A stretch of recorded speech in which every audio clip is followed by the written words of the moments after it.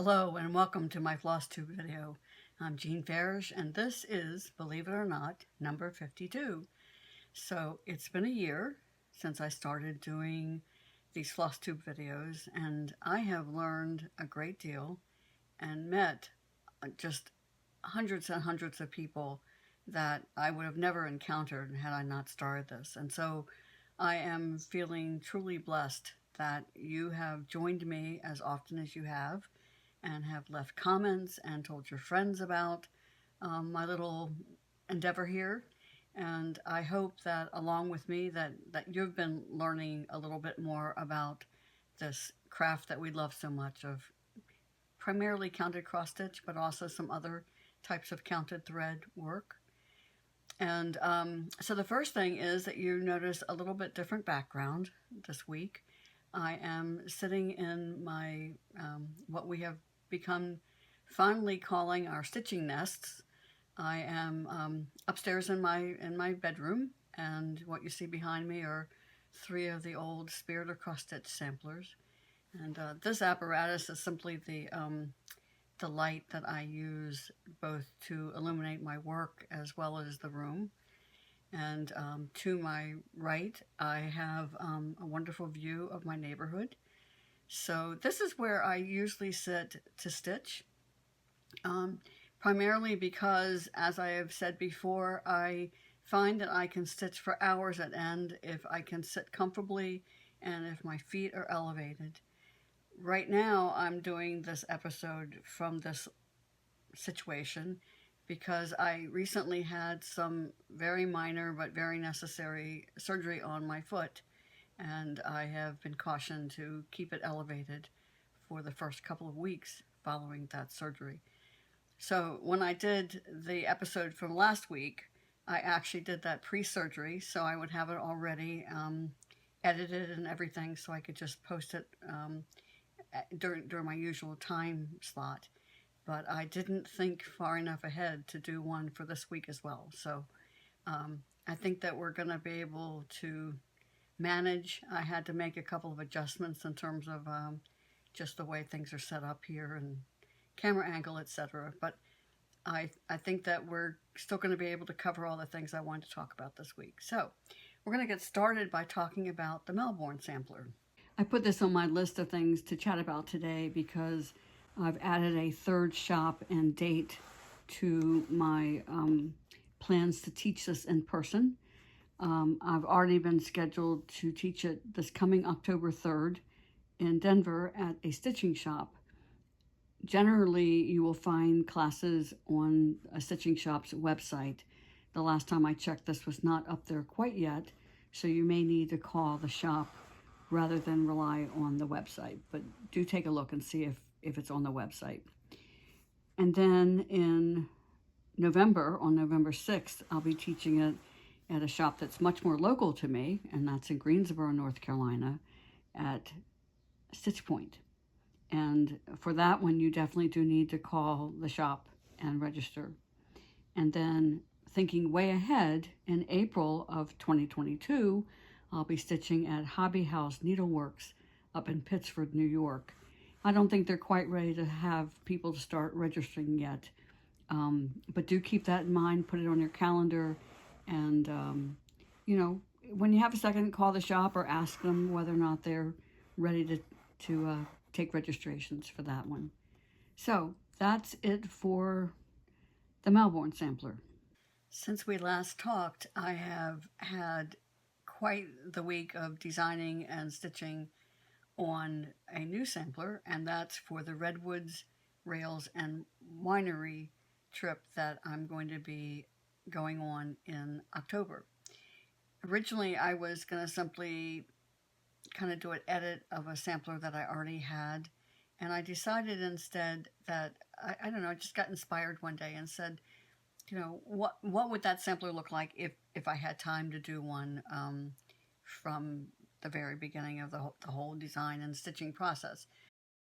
So this is what I've come up with so far, and I wanted to kind of take you through the steps that I took in terms of creating this design. So the first thing, of course, was deciding to make it part of the ampersand series. and I pulled colors from all the samplers that have preceded it in the series. And then I started sketching out different motifs and thinking about what would best illustrate that area of the country, and came up with my major motifs of a bighorn sheep, and then kind of, I don't know, I already had this eagle in other samplers in the series, and basically just enlarged it so it would have a little bit more of a dominant presence in the sampler. I had already decided on the quote some time ago, so that part was already settled. This is what I came up with at first, and then kind of sort of slept on it a little bit, and then kind of had a second stab at it. And usually this process takes me days and days and days, if not several weeks, to get to the point where I'm happy with it. And lo and behold, my third pass at this, the third day that I worked on it, I was happy with it. And even at that point, sort of set it aside and said, we'll just keep coming back to it. And if every time I look at it, I can't think of something to change, then obviously I'm happy enough with it. Now at this point, I've decided to start stitching it and to do it in 30-minute increments. I don't know how long I will stick with that, because that's a pretty severe self-imposed limitation. But I decided to do that for a couple reasons. One is I thought it'd be kind of fun if every day I could post my progress, and instead of doing it in big chunks and having days go by before I would post anything, that by doing it daily, that maybe I would get more in the hang of using things like Instagram. And so I have started doing it on my Instagram account. And again, at this point, I've only done it 2 days, so we'll see how long this lasts. The other thing is that so many people, and you probably have encountered this yourself, people who don't do counted cross stitch think that we do it so quickly and instantly that it's sort of like coloring in a coloring book or whatever. I mean, I don't know where they kind of get the idea from of how long they think it takes to do what we do. But I think most uninitiated people vastly underestimate how many hours we put into our pieces. And so I thought that by doing it in 30-minute increments, that I would best illustrate how long it takes. And then, of course, the other thing is that and when all is said and done, I'll know how long I spent working on this project. I don't usually keep track of my time. I know that a lot of people do, and I applaud them for having that kind of diligence and, keeping up with records and whatnot. But that's not something I generally do. So I'm kind of looking forward to that. So this is, my working title at this point is The Bighorn and the Eagle. And this will be for my Redwoods, Rails, and Winery trip. This will be the Stitch Along project for that group that's heading out of San Francisco on October 15th. And we are doing all kinds of exciting things, and I'm really looking forward to it. And by the way, some people have asked about this, and I can't remember if I mentioned it before, but I'm hoping to be able to do some of these episodes on the road, on that trip as well as the one that precedes it, that we're doing to the Great Parks, and then next year a couple of cruises. So my kind of setup or my venue is going to change depending on where I am. So I'm really looking forward to that. I am so happy, as I'm sure you are too, that the world is beginning to open up a little bit. I know that some areas are having a little bit of a setback as far as the new variants of COVID-19. And I hope that wherever you are, that you are taking whatever precautions you feel are necessary, and for your own health and safety as well as those that you love. One of the things that you have seen me do and talk about often is that in stitching with 2 strands, which I generally do, typically I work on 30 count linen, which gives me 15 stitches to the inch, and I find that working with 2 strands of floss gives me just the right coverage. It's not too heavy, and yet it's just right. And in doing that, I use the loop starting method, unless I'm working with an over dye or a very obvious variegated floss in some way. And one of the things that I see all the time on social media and here in other groups as well is that kind of like, well, it's okay if you do that, but not if you ever want to enter your piece in a competition to be judged, because the judges will throw it out, because when you are using the loop method, you are starting with a strand that's has a twist in one direction, and by turning it and making a loop, kind of making a U-turn, then the two strands, the two sides of what has now become your two strands, the twist is different. And I have never, ever seen any impact at all on my stitching, not just in the ease of it, but in terms of knotting or not knotting, keeping my threads parallel, not keeping them parallel. And I never could really put my finger on why it was working for me until I came across a very recent, like just in this last day or so, FlossTube video that was put up by Evette Stanton. She is a remarkable teacher and designer out of Australia. And rather than replicate or try to replicate or explain to you the meat of her video, I'm going to simply put a link in today's episode description so that you can easily find it.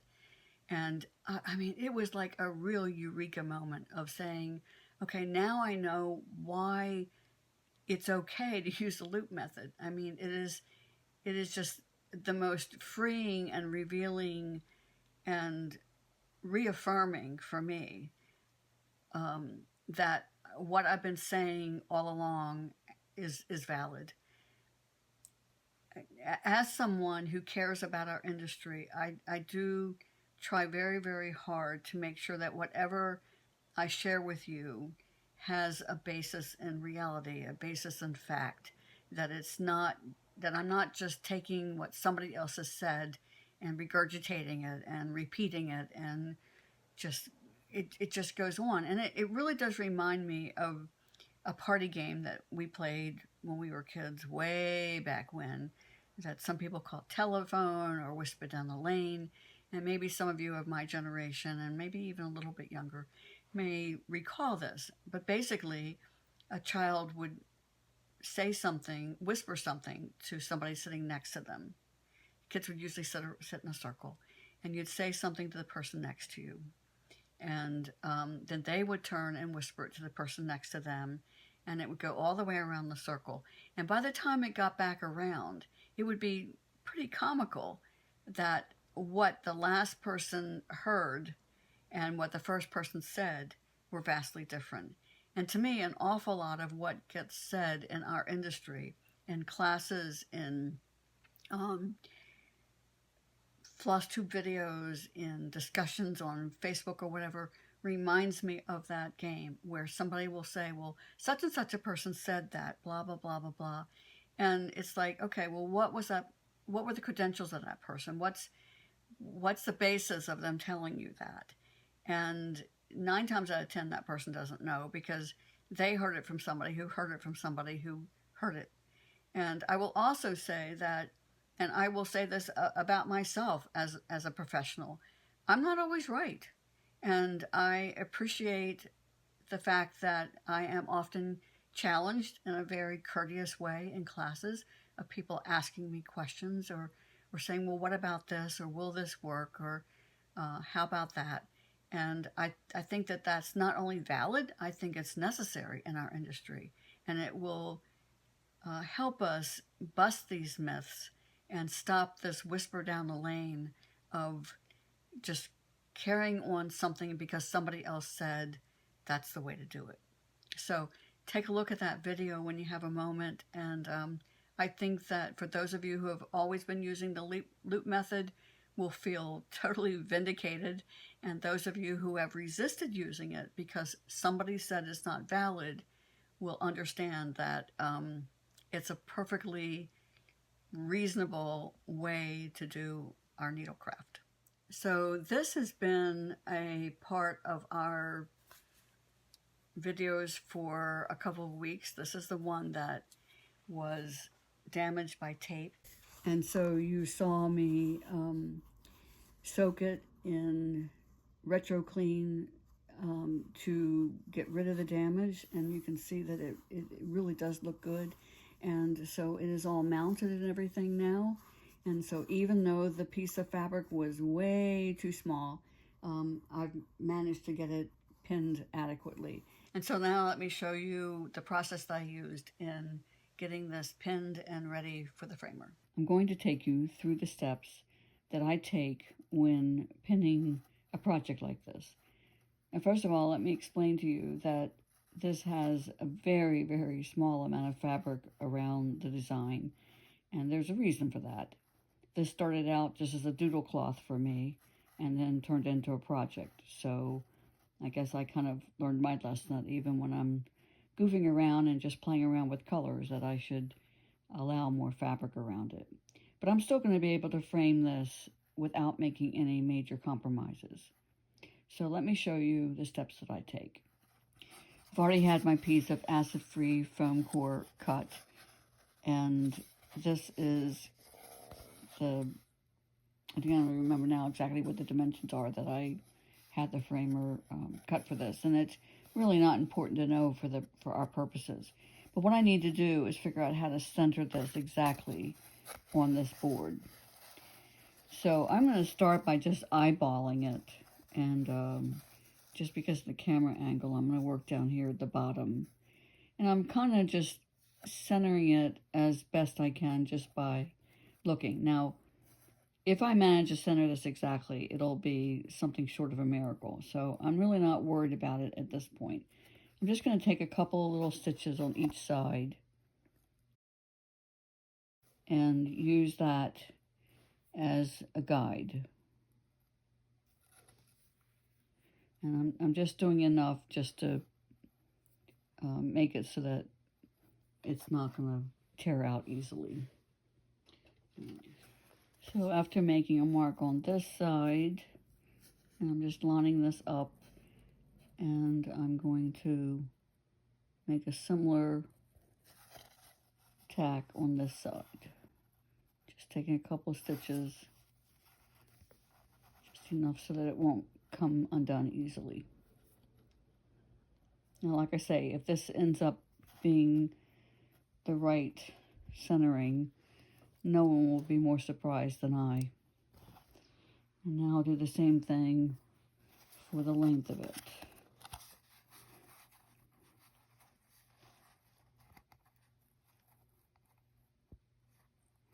You can see up here, this is where it's really going to be tight. So I am hoping that this mark that I'm putting in here is going to be accurate. But like I say, we'll see in a moment.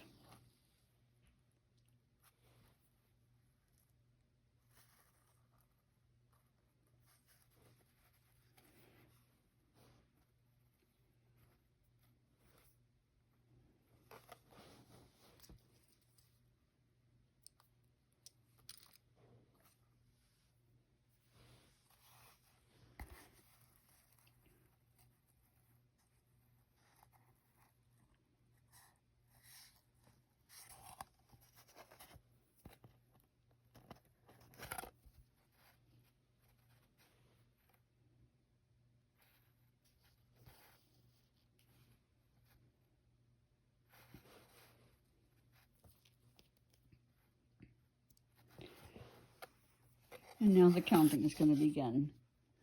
I am going to count my total number of threads from here to the work, and then from here to my mark. And I really don't think I've got this centered. So I will then add those two numbers together and divide by 2. and at that point go back and count how many threads I'm going to have on each side. Now, let me also tell you that I have a major framing / design decision to make here, because my top is not a straight line. And the tendency is to use this as what's going to be the outer reaches of my design in terms of counting. But in terms of the design, it's only 2 threads. But in terms of design, I'm really better off counting from here. So that's what I'm going to do, and just sort of ignore this little bump right there. So here's the results of my counting. And obviously on the right left, I did an excellent job of centering it just by eyeballing it. So I'm going to come in 27 threads on each side. I didn't do as well top and bottom, and I'm glad to know that I'm actually going to end up with more space at the top than I thought I would.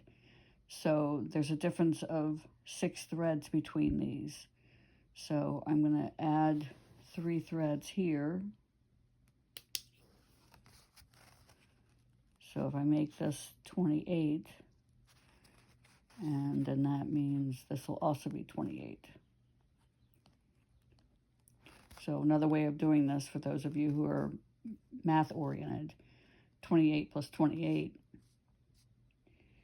equals 56, as does 31 plus 25. So what I'm doing is just using my count, and mentally for me doing it this way, then I won't have to recount the whole thing. From the mark I made on the 31, for example, up here, I'll just come down 3 threads towards the design, and that'll give me 28 threads. And on the sides, on this side, I'll come in 1, and on this side, I'll come out 1. And then down here, right now, this is 25 threads from this leaf to the mark. And instead, I'll come down 3 more threads. So now what I'm going to do is I'm going to baste around the entire perimeter. And it doesn't really matter where I start. Down here, I'm going to come down 3 threads from my mark. So 1, 2, 3. And now my basting can be irregular in terms of the number of threads I'm going over and under around the perimeter here.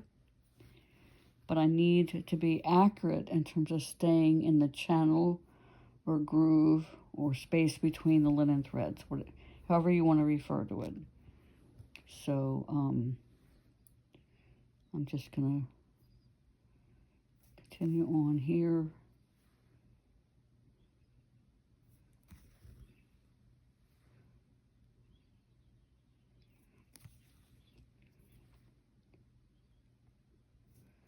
Now, if I had a typically larger piece of fabric, I would just keep doing this basting thread until I know I am past this point.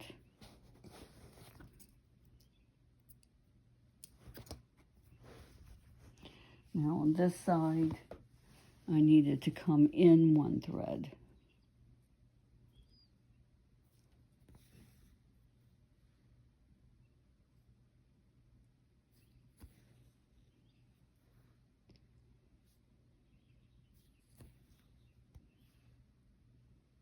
And again, I'm not paying any attention to the number of threads I'm going over and under.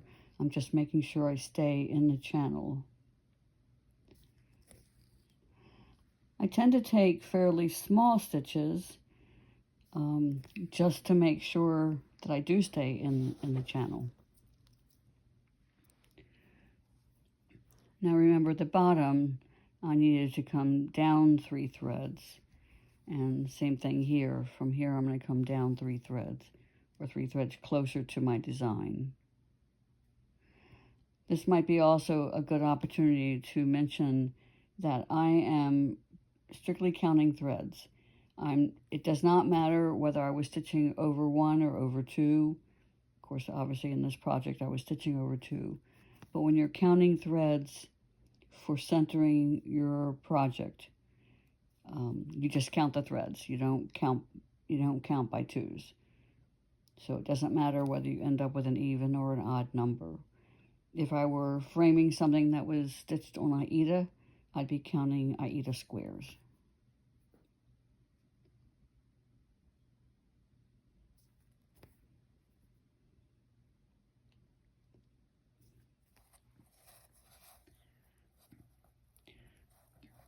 Next thing I want to do is just to make sure that my measurements are accurate.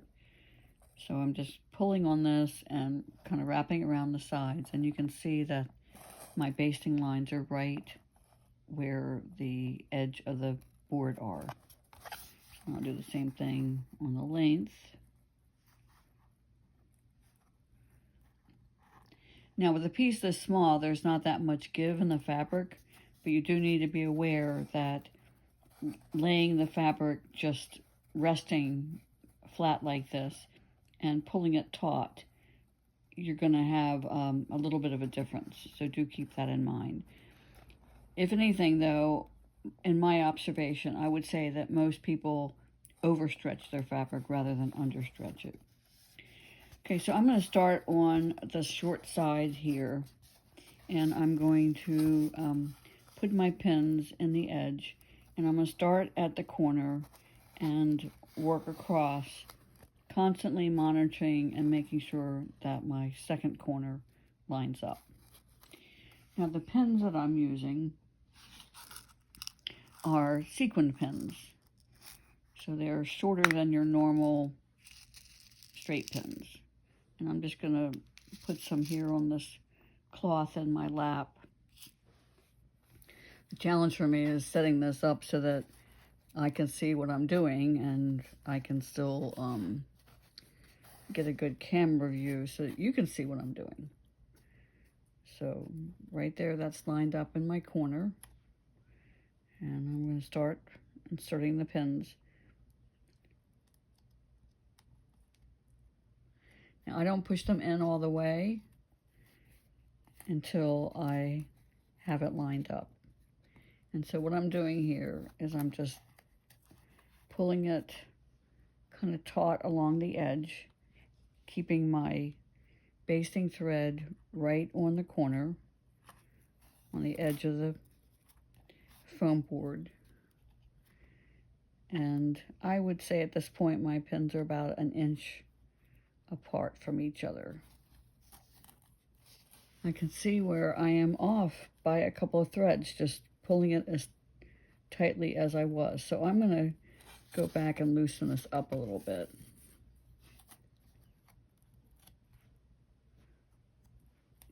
And this is why I don't push my pins in all the way.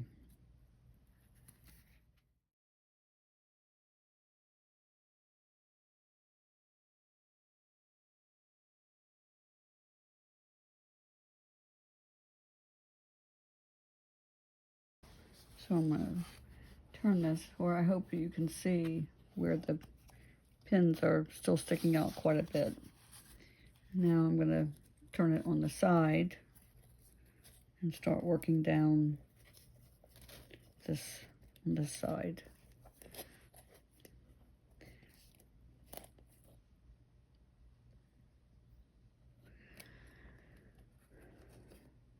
Okay, so my fabric tension is such that now on this side my basting thread is not right on the edge of the foam board, but I can still use it as a guide and just make sure that the thread that I am following is straight. But before I go too much further on that side, I want to come over on this side and pull this around.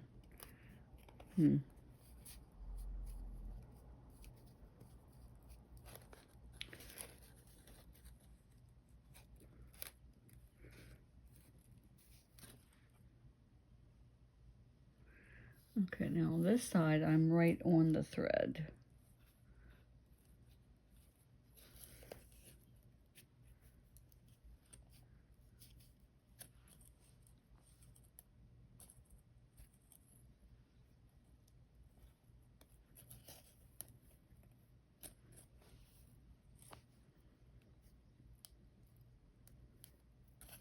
So let me come back on this side and see what's going on.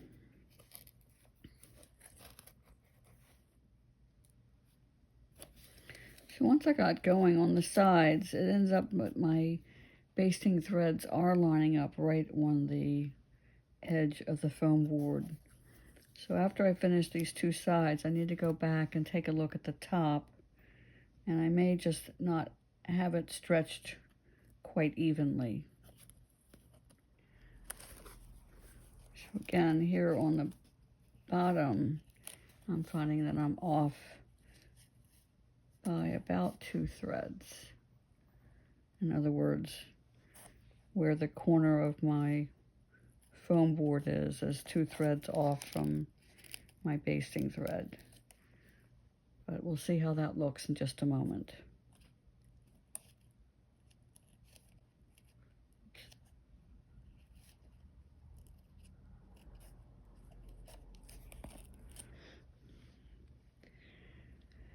This type of design is probably the easiest to mount when there's no border. The hardest kind is when there's a straight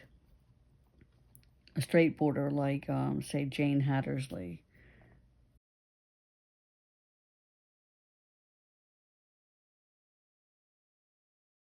So the type of designs where there is a very definite straight line around all 4 sides is the greatest challenge, because any little deviation is going to show.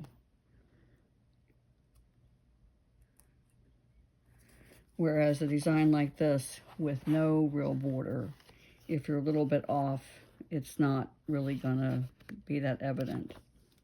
So now at this point, I'm pleased with how this is looking. So I'm now going to go back and insert another pin between my first set.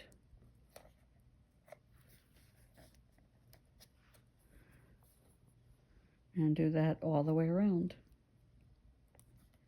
I'm still not pushing them quite all the way in.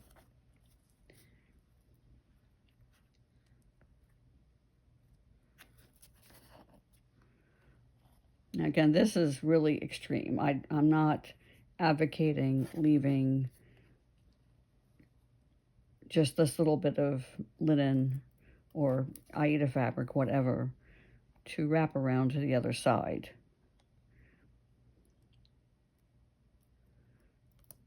But I'm making do, because, like I said, this started out just as a doodle and ended up being a design that I'm very pleased with. So I'm just going to go around and do this on all 4 sides, tugging at it just a little bit to make sure it's nice and straight, and putting in more pins to kind of fill in the gaps a little bit.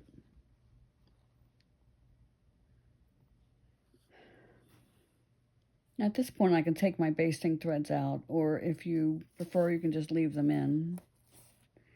And these are fairly short pieces of floss that I use for basting. If you've got a really long piece, don't try to pull it out all at once, because you may cause a snag in your fabric, and that would be a real shame at this point.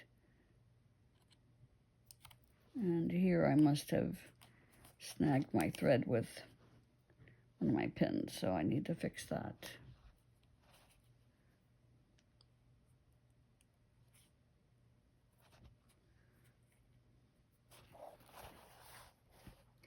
Once I'm satisfied that it's pinned on straight, then the next thing is to push these sequin pins in fully. And what I use is just a common spoon. I find is the best tool, and I just use the rounded side of it to push all these pins in fully. And if one of them is crooked, you may want to straighten it out to make sure it doesn't stick out into the front of your work. And then the last step is more, I think, a courtesy to my framer, and that is to secure the edges of the fabric. Now again, I'm not advocating that this is the amount that you should leave, but I do hope that this illustrates that all is not lost if you find that you don't have as much fabric as people say you need. Now, this whole project, you may remember a couple weeks ago, started out with me sharing that how someone had taped it down originally and it discolored very dramatically. And that's because they used just ordinary masking tape. I am using artist tape here. This is acid-free. And I'm using a pair of scissors here that are not my needlework scissors.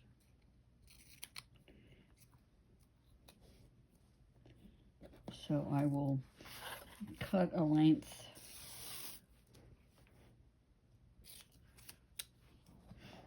to secure the short sides first.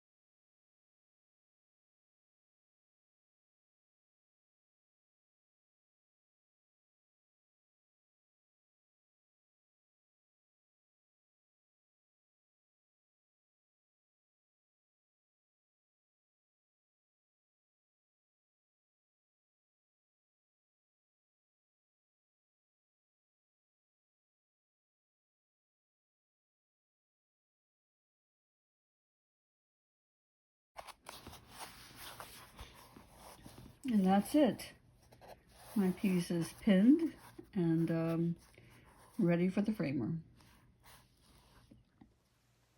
As excited as I am about getting ready to stitch the bighorn and the eagle sampler and doing it in 30-minute increments and sharing it on Instagram, I'm quite aware that there's a good chance I'll end up making changes while I'm stitching it. I routinely stitch my own models, and I find that I can often make some pretty minor changes that to me make enough of a positive impact that it's worth the time and trouble it takes me to fix them.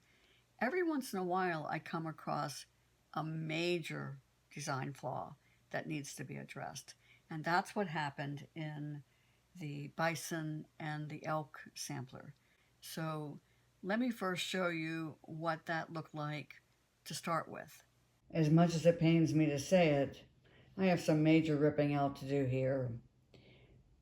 Kokopelli is just in the wrong position here. He really needs to be moved over, which means I need to rip out the hair and move him over and rip out part of the verse. This tree also might need to be moved. So I've got some major frogging or ripping out to be done. And then I will probably wash and iron this before restitching it. And as long as I'm redoing it, I'm also going to change the motif a little bit in Kokopelli's body. So it's going to be a major delay in getting this piece finished, but needs to be done. And then I spent 4 hours, and I know it was 4 hours because I watched 4 episodes of one of my favorite shows to binge watch. But in terms of the way the design elements relate to each other, it was definitely the right thing to do, and I'm glad that I noticed it when I did. You know, as much as I look at these things all the time, every day, sometimes it's just like all of a sudden it hits you and you say, wait a minute, that doesn't look quite right. And then you can kind of put your finger on what it is that isn't sitting right with you. And then that's when you fix it. So I have a few things to do up here. I still have the bison's horn to stitch, and there's some grass that goes under his feet. And then of course I've got the lower part of the border to do here. And then this one will be all ready to be the commemorative sampler that will be for the Great Parks trip that we'll be taking in late September. So I will continue sitting here with my feet propped up, and I'm going to spend the rest of the day stitching, probably stitching on Roxy. Part 6 is coming up August 1st, and then we will be finished with that stitch along, which has been incredibly rewarding and pleasant to be the guide, as so many people are learning some new stitches and stitching that project together. So I think that just about wraps it up for today. I hope that wherever you are, that you are stitching happy and staying safe. And I'll see you next week.